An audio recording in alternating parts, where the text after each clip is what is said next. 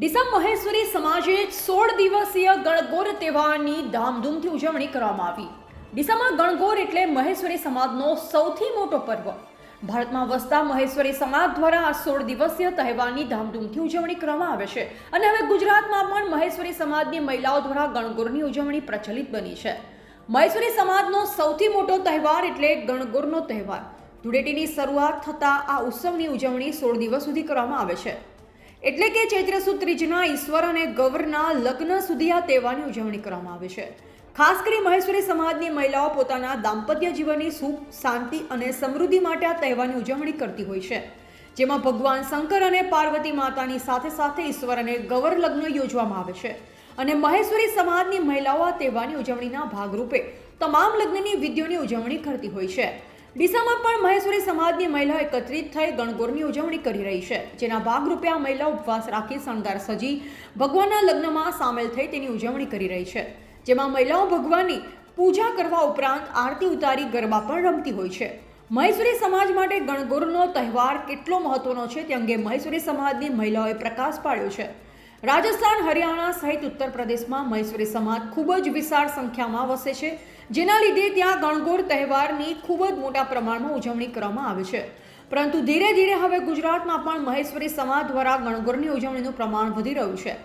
મહેશ્વરી સમાજ વિશ્વમાં ક્યાંય પણ વસે છતાં ગણગોરના તહેવારની ઉજવણી ચોક્કસથી જ કરતો હોય છે, જે મહેશ્વરી સમાજમાં ગણગોરના તહેવાર પ્રત્યેની શ્રદ્ધા છે। મહેશ્વરી સમાજની પ્રમુખ અને આજે અમારે ગવર માતાની તમને મહિમા બતાવું છું। ગવર માતા એટલે ગણગોર, ગણગોર એટલે શિવ અને પાર્વતીનો સ્વરૂપ। અને આ દિવસે આજનો દિવસ અમારો ત્રીજ સૌથી મોટોમાં મોટો તહેવાર છે। ગણગોર અમારો મોટોથી મોટો તહેવાર છે। અમે ધામધૂમથી ઉજવીએ છીએ અને બધી સમાજની બહેનો ભેગી થઈ આ તહેવારને હર્ષો ઉલ્લાસથી મનાવીએ છીએ। આ તહેવારની બહુ મહિમા એટલે ચોથ, આઠમ, દસમ અને ત્રીજ 4 દિવસ અમારા મહત્વપૂર્ણ હોય છે અને આ 18 દિવસનો તહેવાર છે। 18 દિવસમાં અમે ધૂળેટીના દિવસે આ તહેવારને બેસાડીએ છીએ। 16 મુઠિયા લઈએ અને પૂરા 18 દિવસ સુધી અમે આ વાજતે ગાજતે ઢોલ નગાડા વગાડી અને લગ્નના ગીતો ગાઈ આ તહેવાર મનાવીએ છીએ। અને ગણગોરના દિવસે અમે આને આખો સમાજ ભેગા થઈ બેડિયા લઈ અને મંદિરમાં જઈ બેડિયા પાવા જઈએ છીએ।